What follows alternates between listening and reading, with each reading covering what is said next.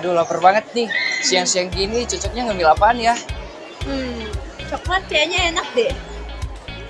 Kalian lagi pada bahas apaan guys? Coklat. Emangnya kenapa? Tapi coklat lagi langka banget loh sekarang. Hah? Masa sih? Iya loh. Nah teman-teman, kalian tahu nggak sih kalau sekarang itu bahan baku coklat lagi langka banget loh? Ya udah buktiin. Bentar, aku kan kameramen. Ya udah nggak apa-apa lah. Ya udah.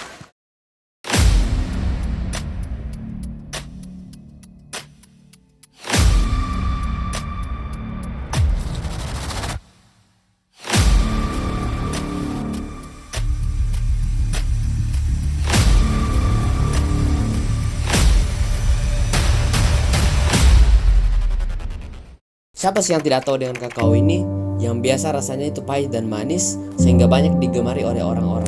Di masa sekarang, kakao merupakan salah satu komoditas strategis yang berada di Indonesia dan yang tentunya bisa mendukung perekonomian di Indonesia. Kakao sendiri berperan sebagai salah satu dari 3 penyumbang devisa terbesar di Indonesia, yaitu kakao, kelapa sawit dan juga karet.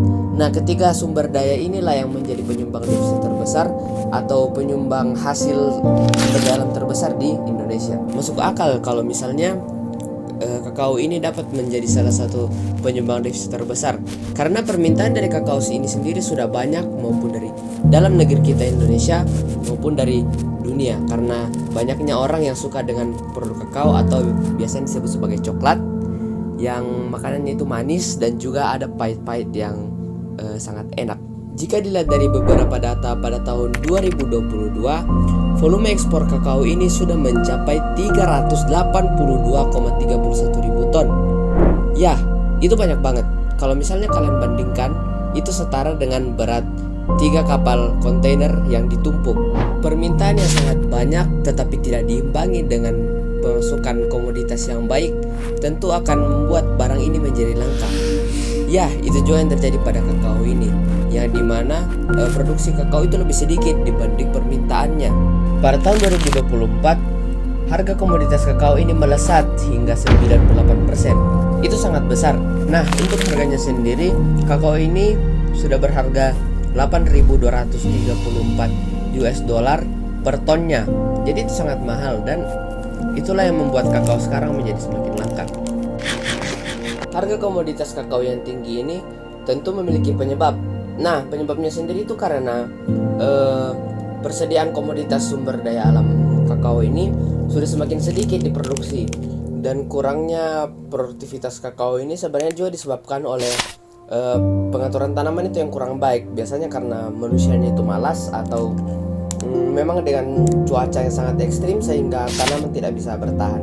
Dan hal ini tentunya akan berdampak pada penghasilan negara kita, negara Indonesia, yang mana penghasilan ekonomi yaitu dari sumber kakao ini yang merupakan salah satu dari 3 penyumbang devisa terbesar juga akan mengalami penurunan karena produktivitasnya yang menurun.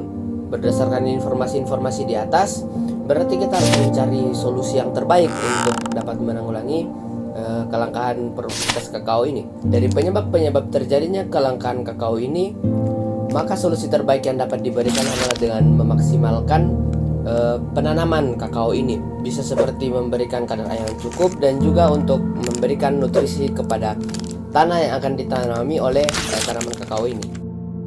Nah, untuk ngatasin ketersediaan kakao ini, kita bisa coba pemupukan. Ya, pemupukan. Ada 2 pupuk yang sering dipakai dalam pemupukan kakao, yaitu pupuk organik yang berasal dari bahan alami dan pupuk anorganik yang berasal dari bahan kimia. Nah, untuk tanaman kakao sendiri, kita bisa menggunakan pupuk yang berasal dari limbah tanaman kakao itu sendiri, seperti ranting dan daun-daunnya, termasuk tanaman kakao sendiri. Nah, pupuk ini yang bakal bantu tanaman untuk bisa punya struktur akar yang kuat dan daun yang tebal, yang bikin proses penyerapan air di tanah dan proses fotosintesis itu jadi lebih oke. Nah, pemupukan kakao harus mengikuti prinsip 5T, jenis, dosis, waktu, cara, dan frekuensi. Perhatikan keseimbangan unsur hara dan sesuaikan dengan kebutuhan tanaman tersebut berdasarkan hasil analisis data. Untuk pohon kakao yang sudah berbuah membutuhkan sekitar 1 kg pupuk per pohon setiap tahunnya, dan khusus untuk bibit kakao diberikan pupuk setiap 14 hari sekali hingga usianya 3 bulan. Namun hati-hati dengan pemupukan tanah yang berlebihan karena hal tersebut dapat mencemari lingkungan air, bikin peningkatan pertumbuhan alga dan juga merusak ekosistem air. Nah, hal ini yang menyebabkan turunnya kualitas dari tanah. Nah, kalian tahu nggak sih solusi pemupukan ini dinilai cukup efektif loh.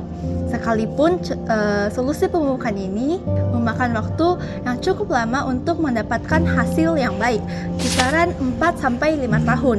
Nah, yang menjadi kekurangan dari solusi ini adalah terletak pada jenis pupuk yang digunakan ketika prosesi pemupukan. Ada 2 jenis yang sering kali digunakan, yaitu pupuk organik dan anorganik. Pupuk organik contohnya adalah seperti daun kering-keringan serta kulit buah-buahan yang telah membusuk. Serta pupuk anorganik yang sering digunakan dalam pemupukan pohon kakao adalah pupuk urea. Nah, pupuk anorganik inilah yang menjadi sumber masalah mengapa solusi pemupukan ini kurang efektif, karena pupuk kimia seperti pupuk urea memiliki kandungan kimia yang dapat merusak kualitas tanah, sehingga jika sering kali digunakan terus-menerus maka pada akhirnya berujung pada pohon kakao itu tersendiri, yang dimana pupuk kimia ini yang jika terus digunakan terus-menerus akan merusak kualitas tanah dan mengakibatkan pohon kakao sulit untuk bertumbuh dan pada akhirnya merusak kualitas produktivitas pohon atau buah kakao.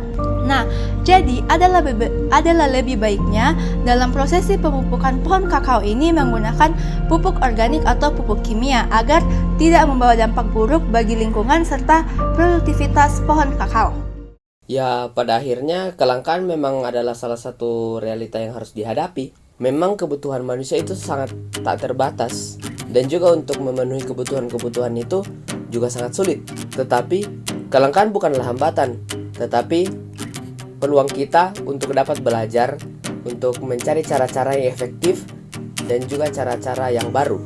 Jika kita berhenti untuk memelihara lingkungan, maka lingkungan juga akan berhenti untuk memberikan kita kekayaannya.